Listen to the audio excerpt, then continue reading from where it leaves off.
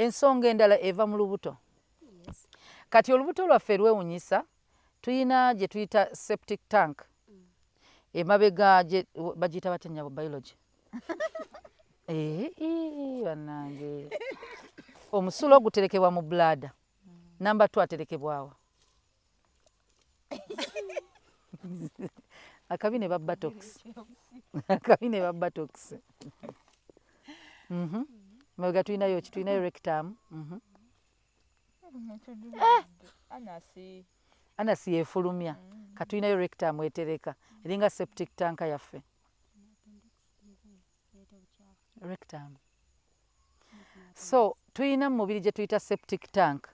Nti bw'oba omubiri gwaffe byonna byonna bye tuli oba bye tuyingiza oba ddagala oba ki, waliwo ebirina ofuluma nga excretion. Tuzeeyo mu biology.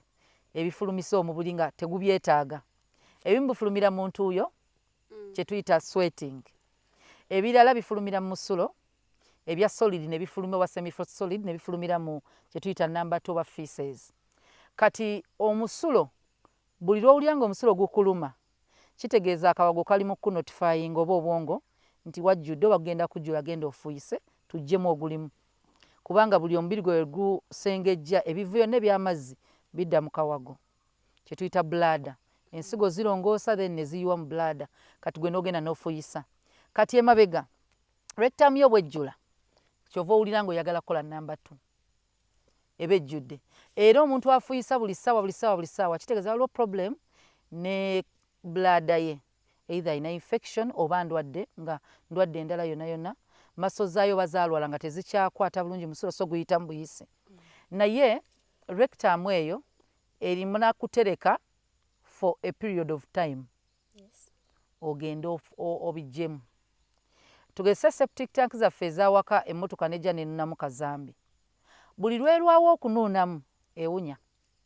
Ewaka wali owulidde nga wazza septic tank ewunya. Ekireetera okuwunya nti wajjudde byetaaga fuluma. Kati waliyo abantu abamu abasiba namba 2. Najja namusiba. Kati natandika n'ozzaala omukka. Wali olabye ojja obikka ekintu ekivunze okibikula owulire omukka ogukivaamu. Kati n'osanga ng'omuntu olubuto luzadde omukka nga yeetaaga kufuuwa. Simanyi mu Luganda kigambo kiriyo. Nga yeetaaga kuyisa kakka. Kye tuyita farting mu Luzungu. N'agaana era. Bw'agaana oguwulira nga gwagala fuluma n'ogamba sijja. Either oli mu bantu n'ogamba wano wendi kati essaawa zino we tutudde mwena temusobola kkata. Waliwo asobola?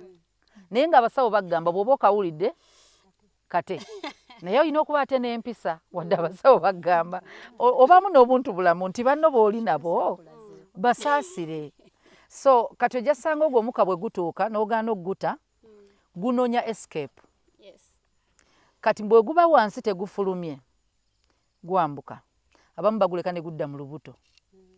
Bwe gudda mu lubuto abamu mu lubuto tegulina gufulumira ne gwambuka.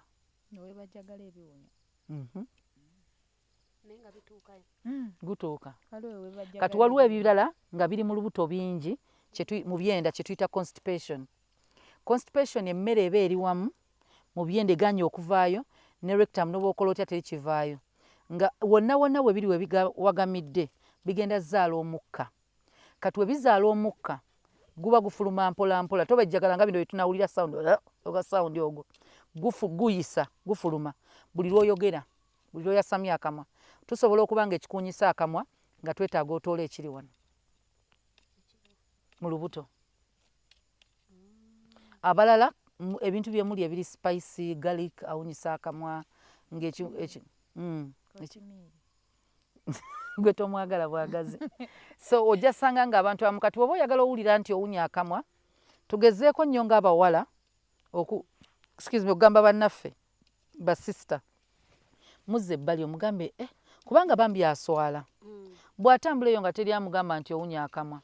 Waliyo kale abamu ababa defensive nga tebagambikako nga weeta nedda. Kati bwe muba omulabye kyokola ofunayo n'owandiika akabaluwa n'omugamba sisita mbadde sisobola kutuukira nkimanyi kiyinza okuyisa obubi n'ofuna gw'okayisa waliwo omuntu ampadde akabaluwa kano nkakuleetere n'akamwa naye amanye kubanga buli lwatambula mu bantu aswala. Kati omuntu oyo mugambe, abalala bw'olaba nga tosobola, funa engeri yonna, oba oyite mwani oba mu maama we amugambe. So engeri abali eyo naffe nga tutyo bagamba, osobola owulira nti owunya akamwa, okuggyako ng'omuntu wa sinuses oluusi tebeewulira kubanga ennyindo yeewunyiriza.